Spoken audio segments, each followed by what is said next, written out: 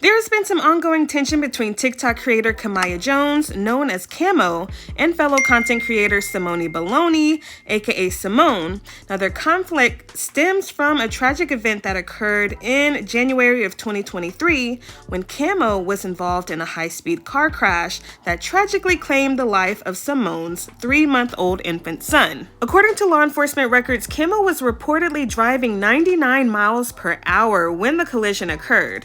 The details of the crash went viral shortly after, with many calling for accountability and others expressing confusion over what had actually happened. In recent days, Simone has reignited the conversation by posting a now viral TikTok directly accusing Kamo of lying about the event surrounding the accident.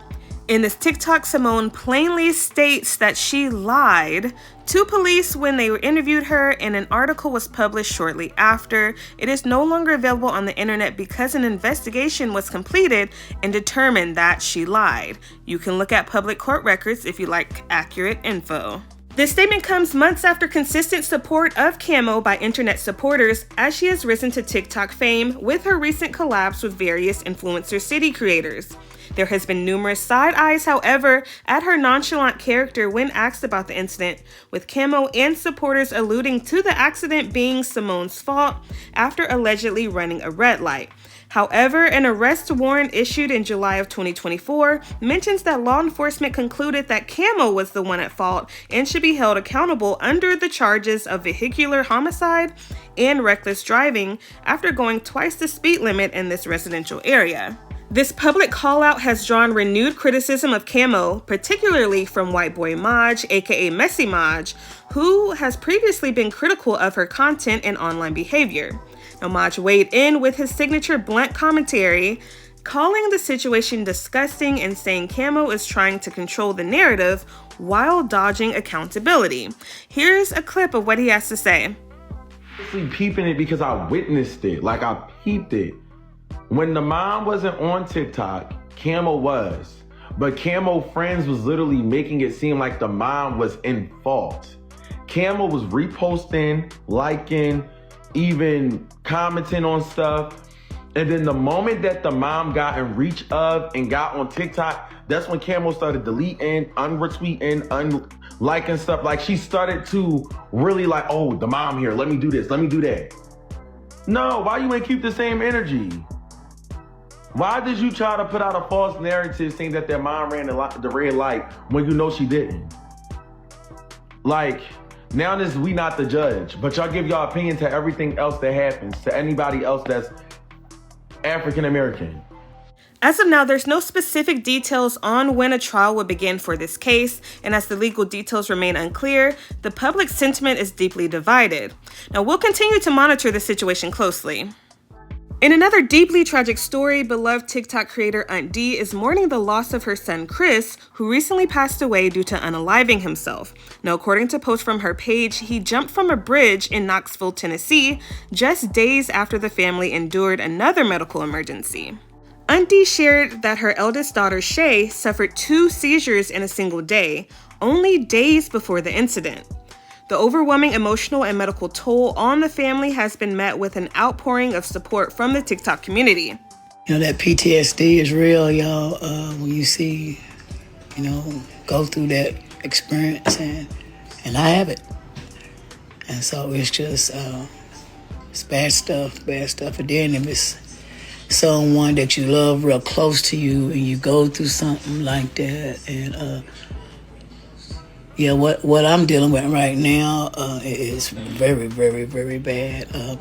This tragedy has sparked renewed calls for mental health awareness and suicide prevention resources. If you or someone you know is struggling, please contact the Suicide and Crisis Lifeline by dialing 988, and prayers go out to Dee and her family. On May 20th, 2025, rapper Rod Wave was arrested on 14 criminal charges in connection to an incident involving his longtime girlfriend, known online as Mini Barbie. Now, this arrest took place late yesterday, and charges reportedly include battery, obstruction, and other domestic-related offenses. According to the paperwork, these acts were committed on April 21st of this year, just shortly after Rod Wave and his girlfriend returned to their home in Atlanta from Turks and Caicos, celebrating Mini Barbie, also known as Nari's birthday. Now, during the incident, allegedly Nari's brand new 2025 Mercedes G-Wagon was shot numerous times, as well as a shot was fired into his own car. In a police report describing surveillance footage, it is mentioned that Mr. Green, a Miss Andrews, and an associate were removing bags and a box from the home when a verbal argument between Mr. Green and Miss Andrews began. Keep in mind, Mr. Green is Rodarius Green, aka Rod Wave, and Miss Andrews being Tiba Andrews, also known as the mother of Nari, Rod's girlfriend. Now we're assuming that the associate is Nari. Now after the verbal argument, Rod is seen pulling out a Glock 20 and opening fire at what is described as Miss Andrews' car, which is actually alleged to be Nari's. Rod Wave has had prior legal troubles, but this marks his most serious arrest to date.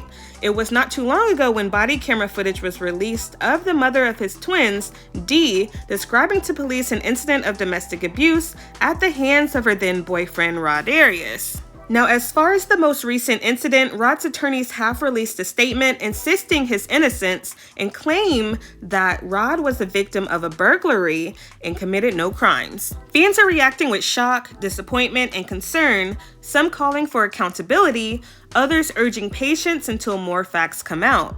As of now, Rod Wave has canceled recent appearances, and it's unclear how this will impact his music career or tour schedule. We'll be following this story closely as it develops. Tea sippers, what are your thoughts on today's stories? Let me know down in the comments below.